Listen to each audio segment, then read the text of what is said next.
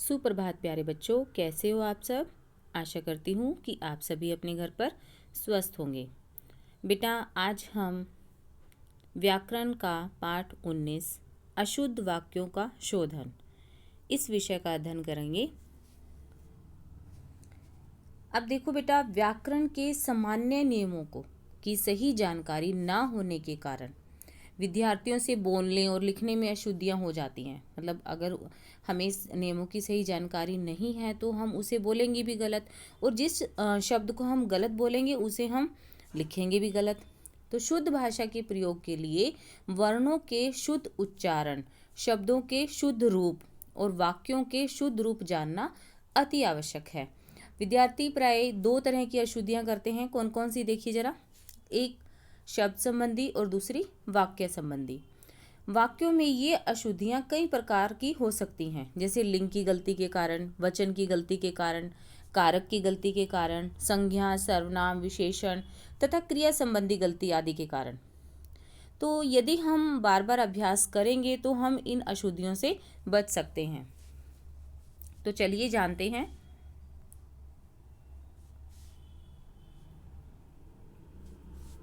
सबसे पहले देखिए वचन संबंधी अशुद्धि।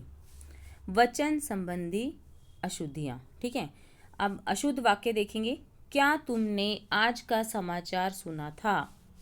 क्या तुमने आज का समाचार सुना था? अब इसका सही रूप क्या होगा? क्या तुमने आज के समाचार सुने थे? ठीक है, आज का समाचार, ये अशुद्ध रूप है, आज के समाचार आएगा। मैं यहाँ 4 वर्ष से रह रहा हूँ। शुद्ध रूप है, मैं यहाँ 4 वर्षों से रह रहा हूँ। उसके पास बहुत पैसा है। शुद्ध रूप बनेगा इसका, उसके पास बहुत पैसे हैं।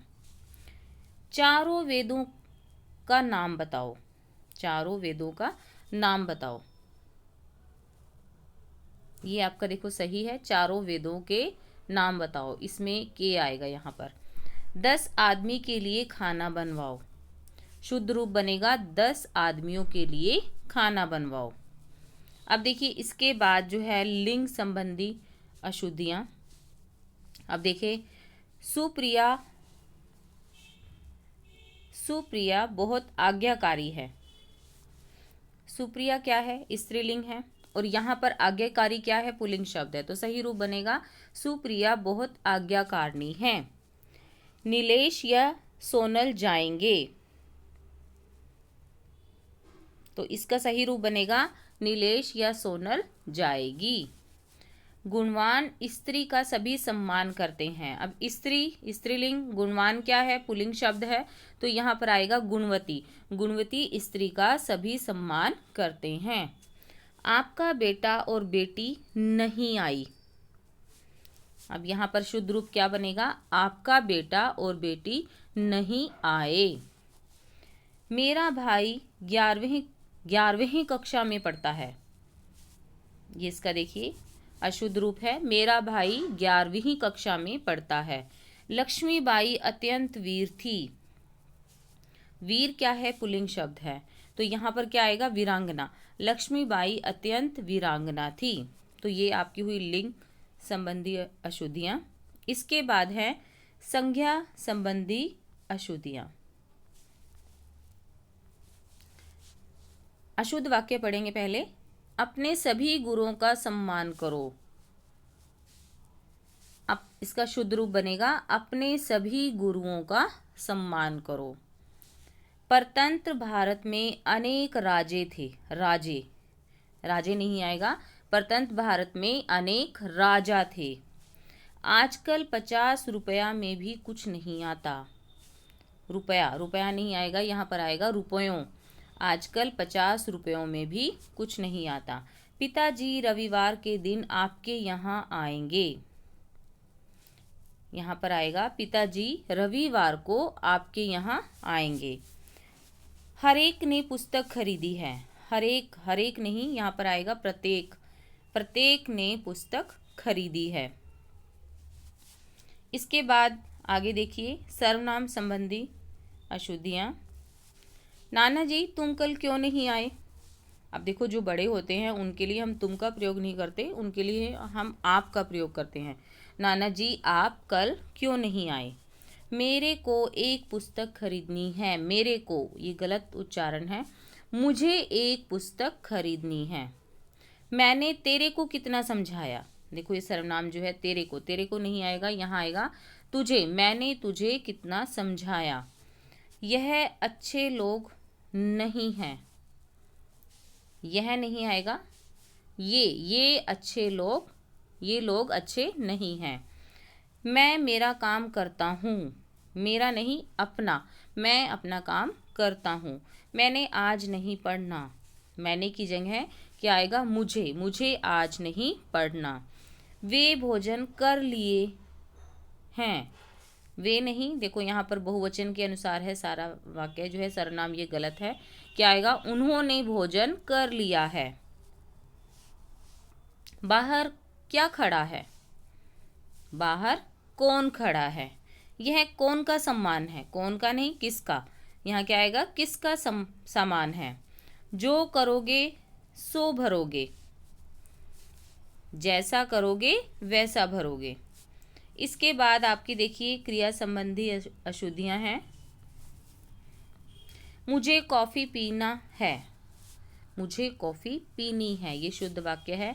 मैं आपका धन्यवाद करता हूँ। मैं आपका नहीं, मैं आपको धन्यवाद देता हूँ।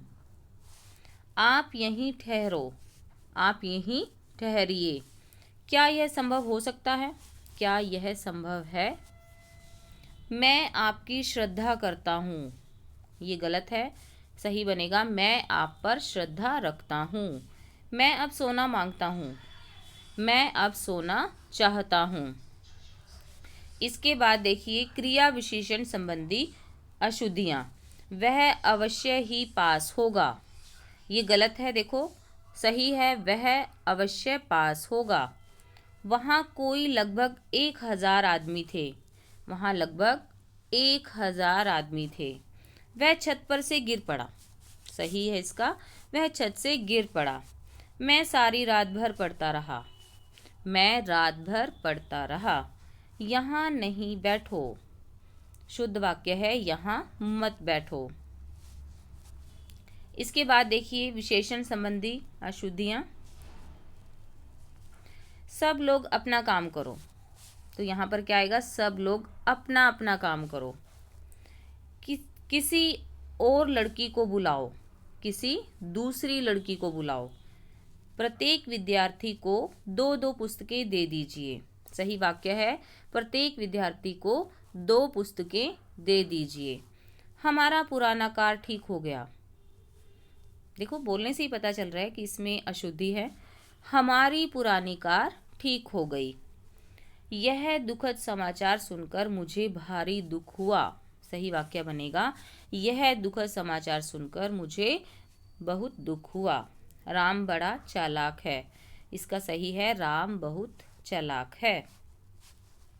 इसके बाद देखेंगे विभक्ति संबंधी अशुद्धियाँ। देखो अशुद्ध वाक्य है, गौरव यह काम नहीं किया है। सही बनेगा, गौरव ने यह काम नहीं किया है। गुड्डी पुस्तक को पढ़ती है। गुड्डी पुस्तक पढ़ती है, ये सही वाक्य है। तीसरा देखेंगे, संदीप देर में सोकर उठता है। देर में नहीं, देर से सोकर उठता है। 7 बजने को 20 मिनट हैं। को नहीं, में, 7 बजने में 20 मिनट हैं। सभी ने इस विषय में विचार किया। इस विषय में नहीं, इस विषय पर विचार किया। इसके बाद देखिए पदक्रम संबंधी अशुद्धियाँ। इसमें जो क्रम है वाक्यों का वो सही नहीं दिया गया है। क्या अखबार पढ़ेंगे आप? इसका सही रूप बनेगा, क्या आप अखबार पढ़ेंगे? बहुत समय है चलने में अभी तो। सही रूप क्या बनेगा, अभी तो चलने में बहुत समय है। किसकी है यह किताब? यह किताब किसकी है? अरे किसने चलाया है पंखा? यह सही बनेगा, अरे यह पंखा किसने चलाया है? भाई चल जरा देख कर। भाई जरा देखकर चल, ये इसका सही रूप है। इसके बाद देखेंगे पुनरुक्ति संबंधी अशुद्धियां हैं। कृपया मुझे 10 रुपये देने की कृपा करें। तो इसमें क्या बनेगा, मुझे 10 रुपये देने की कृपा करें। उत्तराखंड में अनेक दर्शनीय स्थल देखने योग्य हैं। इसमें आएगा उत्तराखंड में अनेक दर्शनीय स्थल हैं। दर्शनीय का भी अर्थ क्या होता है, देखने योग्य होता है। ठीक है, अब यहाँ पर कृपया और कृपा 2 बार आ गया।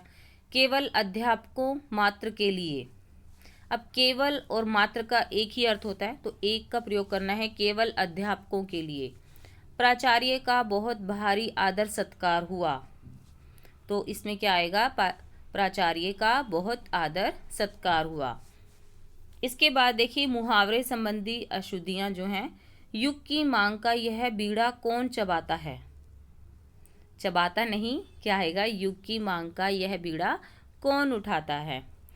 पाहुल प्रभास पर बरस गया, पाहुल प्रभास पर बरस पड़ा। प्रसून पर घड़ों पानी गिर गया, सही मुहावरा है, प्रसून पर घड़ों पानी पड़ गया। अनंत की अकल चक्कर खा गई, सही वाक्य है, अनंत की अकल चकरा गई। तो इस पाठ में देखो हमने क्या सीखा कि भाषा में क्षेत्रता के कारण अशुद्धियां हो जाती हैं, क्योंकि किसी क्षेत्र में जो है अलग बोली है, किसी में अलग है, तो उसके कारण जो है अशुद्धियां हो जाती हैं। वर्तनी में अशुद्धियों का मुख्य कारण है अशुद्ध उच्चारण, क्योंकि यदि हम उच्चारण गलत करेंगे तो लिखेंगे भी गलत। व्याकरण की दृष्टि से वर्तनी संबंधित अशुद्धियां वर्जित हैं। तो बेटा आज आपने अशुद्ध वाक्यों का शोधन पाठ का अध्ययन किया। आप सभी इस पाठ को ध्यानपूर्वक समझेंगे और पाठ से संबंधित अभ्यास कार्यपत्रिका करेंगे। धन्यवाद।